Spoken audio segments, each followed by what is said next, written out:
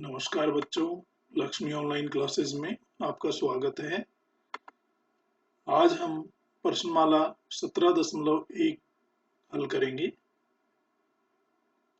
पहला प्रश्न है, यदि एक कक्षा के गणित विषय के 10 छात्रों के प्राप्तांक 52, 75, 40, 70, 43, 40, 65, 35, 48, 52 हो तो समांतर माध्य ज्ञात कीजिए। यहाँ पर हमें समांतर माध्य ज्ञात करना है। पहले हम ये देख लेते हैं समांतर माध्य होता क्या है। जैसे आपने छोटी कक्षाओं के अंदर औसत निकाला था। औसत होता है राशियों का योग बटे राशियों की संख्या। इसी प्रकार समांतर माध्य है, ये भी आंकड़ों का योग बटे आंकड़ों की संख्या। समांतर माध्य एक प्रकार से औसत ही होता है दी गई संख्याओं का। इसको अगर हम सूत्र के रूप में लिखें तो कैसे लिखेंगे? अगर हम इस पहली संख्या को, पहले आंकड़े को x1 मान लें, दूसरे आंकड़े को x2 और इसी तरह से बाकी आंकड़ों को नंबर देते हुए अंतिम आंकड़ा n तक, n जो कि आंकड़ों की संख्या है, वहां तक हो, तो हमें इसको सूत्र के रूप में इस तरह से लिखना होगा, आंकड़ों का योग x1 plus x2 plus xn तक, और इसी तरह से बटे n यानी आंकड़ों की संख्या, नंबर ऑफ डेटा। इसको सूत्र के रूप में अगर हम लिखते हैं तो गणित में योग के लिए जो चिन्ह प्रयोग किया जाता है वो होता है सिग्मा। सिग्मा का मतलब है योग, दी गई संख्याओं का योग। सिग्मा एक्स आई मतलब एक्स जो आंकड़े हैं उनका योग, और बटे एन। तो इसको छोटे रूप में अगर हम देखें तो समांतर माध्य बराबर सिग्मा एक्स आई बटे एन। यहाँ पर आई बराबर 1 दिया गया है। आई इंडेक्स के लिए है, इंडेक्स के रूप में ये संख्याएं हैं, पहले नंबर पे, दूसरे नंबर पे, तीसरे नंबर पे, और इस तरह से एक एक के अंतराल से ये है। और n यहाँ पर नंबर ऑफ डेटा को इंगित करता है कि यहाँ पर कितने डेटा हैं। ये जो सारणी है इसको हम व्यक्तिगत सारणी कहते हैं। ये प्रारंभिक आंकड़े होते हैं, जिस रूप में दिए होते हैं उसी रूप में इनको प्रकट किया जाता है। कोई प्रोसेसिंग इन पर नहीं की गई है। आइए अब हम इस प्रश्न को हल करने का प्रयास करते हैं। सबसे पहले हम सूत्र लेते हैं समांतर माध्य का। समांतर माध्य बराबर सिग्मा एक्स बटे एन। यहाँ पर x का सिग्मा है, अर्थात इन सभी संख्याओं को जोड़ करके यहाँ लिखना है। तो आइए हम लिखते हैं, सभी संख्याओं को प्लस करके यहाँ पर लिख दिया है, और बटे n। n means number of data. यहाँ पर टोटल जो डेटा है 4, 4, 8 और 2 10 10 है। 10 छात्रों के प्राप्तांक है, तो बटे 10। अब हम इन संख्याओं को सभी को जोड़ कर लेंगे। इनका जोड़ आया 520 और बटे है 10। यहाँ पर जोड़ करते समय हमें थोड़ी सी सावधानी रखनी है। जब हम स्तंभ के रूप में इनको लिखते हैं तो इकाई के नीचे इकाई, दहाई के नीचे दहाई, इस तरह से एक सीध में रखें, और इकाई, दहाई, सैकड़ा के बीच में पर्याप्त अंतर रखें, ताकि जब आप इसका जोड़ करें तो इकाई में इकाई जुड़े, दहाई में दहाई जुड़े। तो इससे क्या होगा, जोड़ में गलती होने के चांस कम हो जाते हैं और आपका सवाल है वो एकदम सही होता है। अब इस प्रश्न को हम आगे हल करते हैं। 0 से 0 को हम कैंसिल कर देंगे, तो यहाँ पर बच जाएगा 52। इसलिए समांतर माध्य बराबर हो गया आपका 52। चूंकि ये प्राप्तांक है, प्राप्तांकों का समांतर माध्य है, तो इसके आगे अंक इकाई होगी, यानी 52 अंक है, ये इस प्रश्न का समांतर माध्य है। अगला प्रश्न देखिए, एक विद्यालय के सहायक कर्मचारियों का मासिक वेतन रुपयों में 1720, 1750, 1760 तथा 1710 है, तो समांतर माध्य ज्ञात कीजिए। इस प्रश्न में भी हमें समांतर माध्य ज्ञात करना है। सबसे पहले सूत्र लिख लेते हैं, और यहाँ पर इन चारों संख्याओं को प्लस करके हम लिख देंगे, और बटे में 4 संख्या है तो n का मान है वो 4 हो जाएगा। अब इन चारों संख्याओं को हम जोड़ देते हैं। इनका जोड़ हुआ 6940 बटे 4।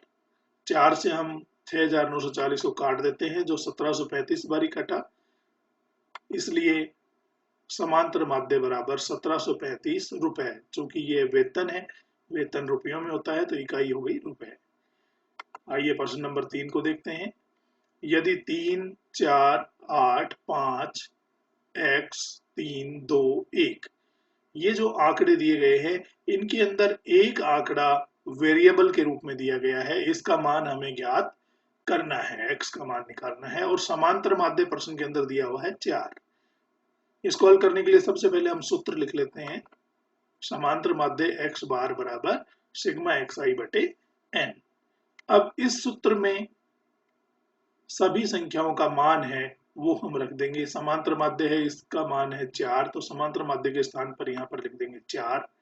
इसी प्रकार इन सभी आंकड़ों को यहाँ पर प्लस करके हमने लिख दिया है। x को हमने लास्ट में ले लिया है क्योंकि ये वेरिएबल है, और अंकों को शुरू में एक साथ ले लिया है। ये कुल संख्याएं 4 + 4 8 है, तो बटे हमने लिख दिया 8। अब यहाँ पर हम इस प्रश्न को हल करने के लिए 8 का पक्षांतरण करेंगे। पक्षांतरण क्यों करते हैं? जो वेरिएबल प्रश्न के अंदर होते हैं उनका मान निकालने के लिए हम पक्षांतरण करते हैं, और पक्षांतरण करने का जो तरीका है वो ये है कि एक पक्ष में बराबर का चिन्ह है, इसके लेफ्ट साइड में बायां पक्ष LHS कहलाता है, और इसके दाएं हाथ की तरफ जो हिस्सा है उसको हम दायां पक्ष या RHS कहते हैं। तो एक पक्ष से दूसरे पक्ष में जब किसी पद को या संख्या को लेकर के जाते हैं तो उसमें अगर पहले पद में वो संख्या भाग हो रही है तो दूसरे पक्ष के अंदर वो गुणा होगी। इसी तरह से अगर गुणा हो रही है तो दूसरे पक्ष में जाकर के वो भाग होगी। अगर कोई संख्या एक पक्ष में जुड़ रही है तो दूसरे पक्ष में जाकर के वो घटेगी, और घट रही है तो दूसरे पक्ष में जाकर के वो जुड़ेगी। इस तरह से हम पक्षांतरण करते हैं। और पक्षांतरण किन किन संख्याओं का करते हैं? हमें वेरिएबल और जो नंबर्स हैं उनको अलग अलग करना है। एक पक्ष के अंदर नंबर्स हो जाएं और एक पक्ष के अंदर वेरिएबल हो जाए। तो यहाँ पर ये सारे जितने भी नंबर्स हैं इनको अगर हम LHS में ले आए तो x वेरिएबल है वो हमारा RHS में बच जाएगा। तो इस प्रश्न को हल करने के लिए पहले हम 8 का पक्षांतरण करते हैं। 8 बटे में है अर्थात भाग हो रहा है, तो इसको LHS में लाएंगे तो 4 से ये गुणा हो जाएगा। 4 × 8। बाकी संख्या हमने इसी प्रकार से लिख दी। यहाँ लिख दिया हमने 8 का पक्षांतरण करने पर। अब इन सभी संख्याओं का जोड़ कर लेंगे और 8 को 4 से गुणा कर देंगे। 8 को 4 से गुणा करेंगे तो 32, और इनको सबको जोड़ेंगे तो आ गया 26। प्लस x वेरिएबल है जो जुड़ा नहीं, तो इसको हमने ऐसे ही प्लस x लिख दिया। अब आगे देखिए 26 है, ये हमारा नंबर है जिसको हमें LHS में लेकर के जाना है। अब ये संख्या प्लस की है तो LHS में आकर के ये माइनस की हो जाएगी। 32 - 26 बराबर, अब RHS के अंदर हमारे पास केवल x वेरिएबल बच गया। इन दोनों संख्याओं को हम हल कर लेते हैं। 32 में से 26 घटाए तो 6।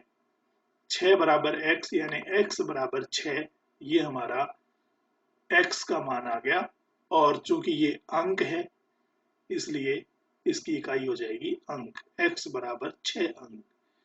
आइए प्रश्न नंबर 4 को देखते हैं। क्रिकेट के एक खिलाड़ी ने 10 पारियों में क्रमशः 60, 62, 56, 64, 0, 57, 33, 27, 9 और 71 रन बनाए। उसके इन पारियों के रनों का औसत ज्ञात कीजिए। इस सवाल में हमें औसत ज्ञात करना है। मैंने बताया था कि औसत और समांतर माध्य एक ही चीज है। तो यहाँ पर हम इन रनों का औसत निकालने की कोशिश करते हैं।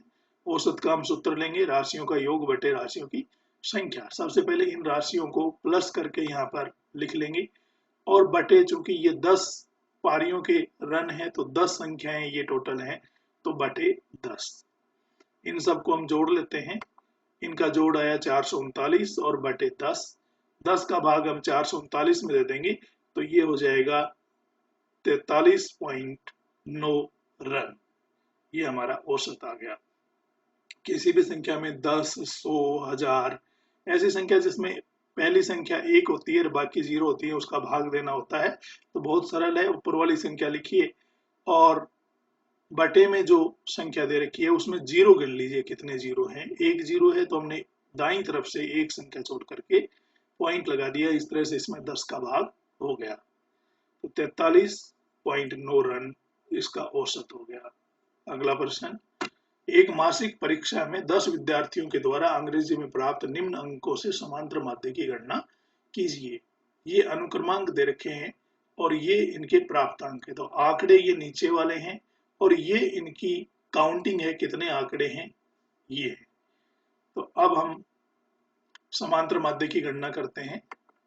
समांतर माध्य का सूत्र ले लिया। इन आंकड़ों को हम प्लस करके लिख लेंगे सूत्र में सिग्मा xi की जगह, और 10 आंकड़े हैं तो बटे 10। इन सब आंकड़ों का योग कर लेंगे, योग हो गया 220 और बटे है 10। जीरो से जीरो को हम कैंसिल कर देंगे, बच गया 22, इसलिए समांतर माध्य बराबर 22 अंक। चूंकि ये अंक हैं इसलिए इकाई हमारी आ गई अंक।